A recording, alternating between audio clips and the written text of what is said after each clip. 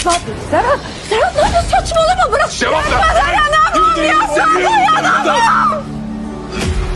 Alev dizisinin yeni bölümünde Melek bebeğini kaybetmeyecek, hastaneye acil kaldırılacak, durumu iyi olduğunu öğrenecekler. Fakat ilerleyen bölümlerde bebeğini kaybedecek ve bir süreliğine herkesten bu haberi gizleyecek.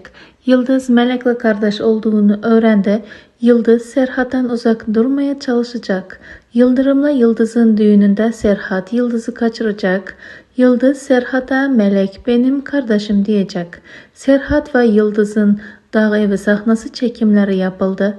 Babahan karakteri ise diziye devam edecek ve kamera arkası görüntülerde oyuncu diziye devam ettiği öğrenildi. Hicran'ın Yelduran olduğu yakın zamanlarda ortaya çıkacak. Aşır Nida'yı kurtaracak. Nida'yı vuransa annesi Meryem olduğunu öğrenecek. Yıldız Ziyana'nın kızı değildir. Bu haberde önümüzdeki bölümlerde ortaya çıkacak. Önümüzdeki bölümlerde Ziyana Dalya'nın Serhat'ı satması için zorlayacak. Aşır hastaneye gelecek.